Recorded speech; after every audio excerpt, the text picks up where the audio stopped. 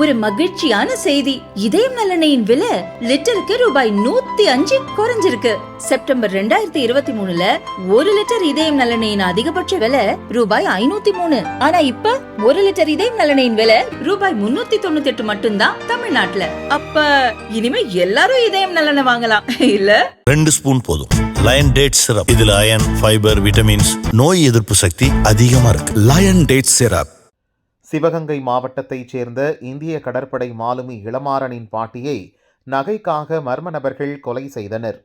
ஓராண்டாகியும் குற்றவாளிகள் கைது செய்யப்படாததால் போலீஸ் மீது அதிருப்தியடைந்த இளமாறன் தனது மனக்குமுறலை வீடியோவாக பதிவு செய்து வெளியிட்டுள்ளார்.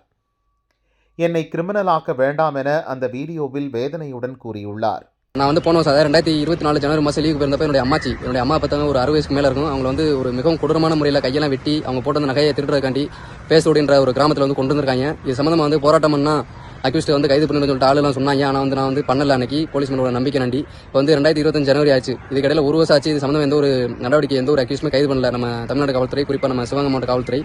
இதே இது நம்ம சிவகங்கை மாவட்ட காவல்துறை டிஎஸ்பிக்கோ இல்லை எஸ்பிக்கோ நடந்திருந்தா, அவங்க வீட்டில் ஏதாச்சும் ஒன்று நடந்திருந்தோ அடுத்த 1 மணி நேரத்தில் கண்டுபிடிக்கிற காவல்துறை என் வீட்டில் நடந்த ஒரு இஷ்யூ இது வரைக்கும் கண்டுபிடிக்க எந்த ஒரு இதுவுமே இப்போ நடவடிக்கையுமே எடுக்கல. சம்பந்தமாக எங்கள் அப்பா ஒரு எஸ்பிஎஸ்ல ஒரு 6 வாட்ட பெட்டிஷன் மனு கொடுத்துருக்காரு. அப்புறம் கலெக்டர் ஆஃபீஸில் ஒரு மனு கொடுத்துருக்காரு. ஆனால் எந்த ஒரு நடவடிக்கையுமே எடுக்கல.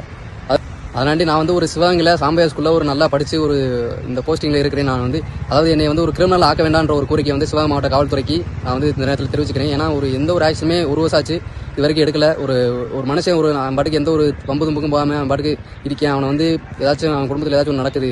ஆனால் காவல்துறை, நம்ம தமிழ்நாடு காவல்துறை வேடிக்கை பார்க்குது அப்படின்னா எவ்வளோ கோவம் இருக்குன்னு உங்களுக்கு தெரியும். அதனாண்டி என்னை ஒரு கிரிமினல் ஆக்க வேண்டாம்னு ஒரு கோரிக்கை தெரிவிச்சுக்கிறேன்.